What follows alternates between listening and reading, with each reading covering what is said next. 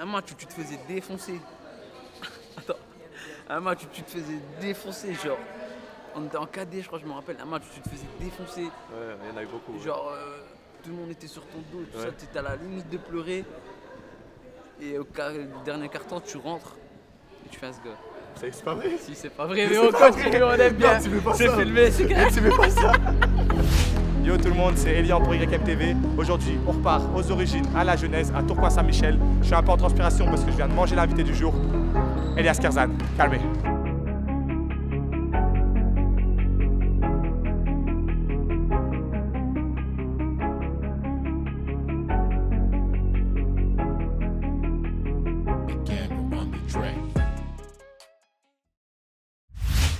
Salut Elias, ça va? Salut Léon, tu vas bien? Ça va, tranquille et toi? Nickel, nickel. Je voulais savoir, est-ce que tu peux te présenter en quelques mots? Ouais, je m'appelle Elias Kerzan.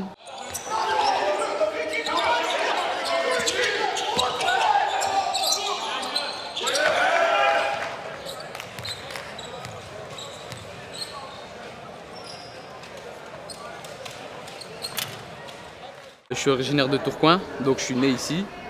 J'ai 21 ans et je suis au STB Le Havre, ça fait maintenant 3 ans et je joue au poste de meneur. Bon, moi je te connais bien. Je sais que tu as commencé ici à Saint-Michel, à Tourcoing. Exact, ouais.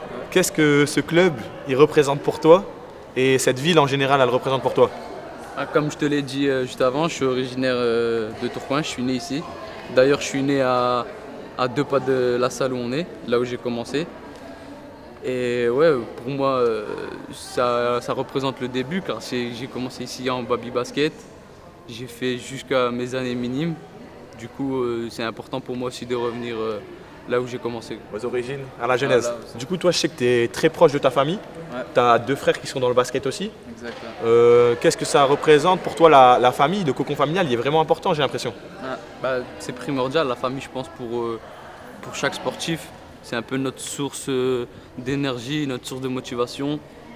Perso, moi, je me bats. Je sais que je travaille aussi un peu pour eux, pour les rendre fiers. Et ouais, comme tu as dit, j'ai un grand frère et un petit frère. C'est justement le grand qui m'a donné cet amour pour ce sport.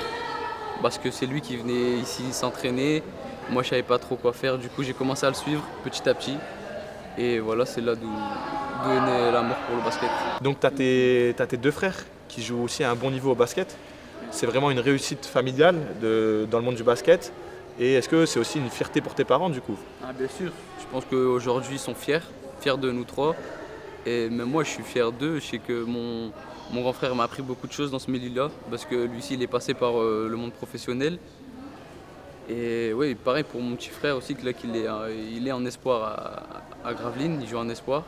Et j'espère aussi qu'il continuera sur cette voie-là qu'il mettra un pied dans le monde pro aussi. T'as mis un peu de temps, t'as mis du temps avant de quitter le Nord. T'as sauté le pas pour Le Havre il y a 3 ans. Comment ça s'est fait?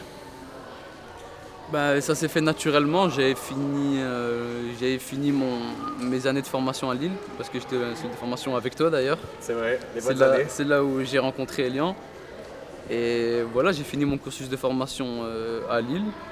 J'ai fait mes 5 ans. Ensuite, j'ai enchaîné avec 2 années de stagiaire pro. Et pour moi, je me suis dit qu'il fallait que je mette un pied vraiment dans le monde professionnel, parce que j'étais encore stagiaire. Et c'était le bon moment, et voilà, je me suis lancé. Je me sentais prêt, même si au début c'était difficile, parce que je suis beaucoup famille. Ouais, mais voilà, il fallait le faire et je l'ai fait et je suis content aujourd'hui. C'est quel bilan tu tires de ces premières années au Havre? Et c'est quoi tes objectifs, on va dire, par la suite avec le Havre? Je dirais un bilan assez spécial, tu Mitigé. vois. Ouais, mitigé. Tout d'abord, je suis arrivé il y a 3 ans, la première année. Ouais. On fait une superbe année collectivement, tout se passe bien, l'équipe est superbe. On arrive en finale de play-off. On perd le dernier match de 1 point à la maison. Mais à part ça, l'année elle était superbe. La deuxième année, on enchaîne. Malheureusement, je me blesse assez vite avec une fracture au pouce. Et juste derrière, il y a le Covid. Du coup, la deuxième année, c'était un peu... Il n'y a pas eu beaucoup de matchs, entre guillemets. Et cette année, maintenant, on est prêt. On a un seul objectif, c'est la Pro B. On y pense depuis, ça fait 3 ans que j'y suis, ça fait 3 ans que j'y pense. Et voilà, cette année, j'espère vraiment que ce sera la bonne. J'espère aussi. Tu as eu la chance d'être sélectionné en équipe de France U21 et de faire les championnats d'Europe durant tes années au Havre. Est-ce que tu peux nous parler un peu de cette expérience? Franchement, pour ma part, c'était ma première. J'avais jamais mis un pied en équipe de France. Et c'était justement à la fin de ma première année où on perd la finale, il fallait vite que je change d'état d'esprit et que je me concentre vraiment sur cette campagne. Et c'était franchement une expérience de fou. Parce que j'étais déjà impatient de rencontrer le niveau aussi des autres pays, parce que je savais pas, j'avais aucune idée de comment ça jouait les autres pays. C'est clair. Et en faisant cette campagne, franchement, j'ai appris vraiment énormément de choses avec différents coachs, même avec des joueurs. Ouais. Et j'ai rencontré vraiment des joueurs que je ne m'attendais pas à avoir ce lien-là avec eux. Et franchement, c'était une expérience géniale, incroyable. C'est vrai qu'en ce moment en France, il y a une super montée des jeunes. On voit beaucoup de jeunes qui percent. Ouais.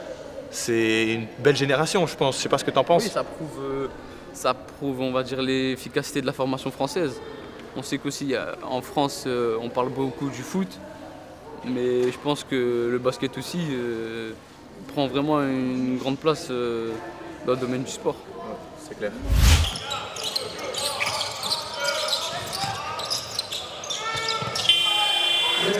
Donc, est-ce que tu as un plus beau moment au basket? Genre, si tu en avais un à choisir, lequel tu choisirais? Au moment, il y a pendant mes années lycée où on a fini champion de France, je te rappelle. On avait fini champion de France et juste derrière, on a pu participer au championnat du monde 3-3 UNSS. Vous avez représenté avec Paul Mathis, Lucas. Il y avait Paul Mathis, Lucas et Jimmy. Ouais. Jimmy, ouais. Franchement, ça, souvenir. Ça devait être incroyable ça. De ouf. Vous l'avez bien représenté en plus, ça faisait plaisir. De ouf.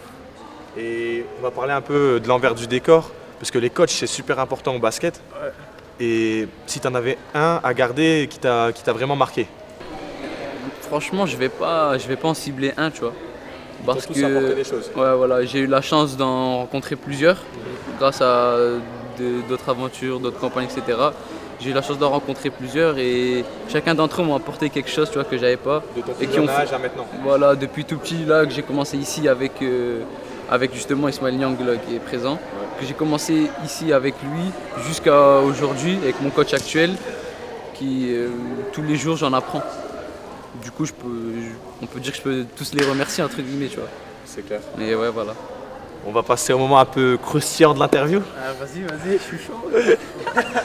Tu te rappelles donc qu'on était en centre de formation ensemble, Exact. au LMB? À l'internat même. Ouais, à l'internat. Ouais. Est-ce que tu as une petite anecdote qui pourrait être sympa à dire, quoi? Ah ouais, là, il y en a plein, là. Là, il y en a plein. Je me rappelle d'une particulièrement. C'était un soir. D'ailleurs, on était dans la même chambre. Tu te rappelles? Je te rappelle très bien. Et je sais plus pourquoi, normalement on devait descendre, tu vois, on devait descendre et on n'avait pas de solution, on était au premier étage, ouais, on avait faim et c'était haut de fou. On n'avait pas de solution, on a fait quoi? On a attaché des couvertures, on a jeté la couverture par la fenêtre, était descendu, était tombé, et on était mort de rire et encore aujourd'hui je m'en rappelle. Mais il y en a eu plein d'autres, mais il y en a eu trop, vrai. Si je balance tout ici... Non, vrai, on va garder ça pour nous, je propose. Si je balance tout, c'est je propose qu'on garde ça pour nous. Écoute, maintenant, on va passer à un petit mini-jeu. On va voir si j'ai de bons restes et si tu peux me battre. Tu veux me défier là? Ouais, je veux carrément te défier. Vas-y, j'espère.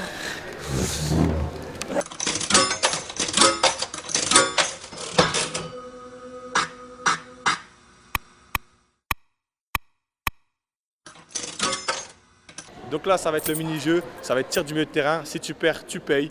On est avec Isma qui joue à Gravelines. Il joue aussi à Warzone. Et là, on va tirer du milieu de terrain. C'est parti.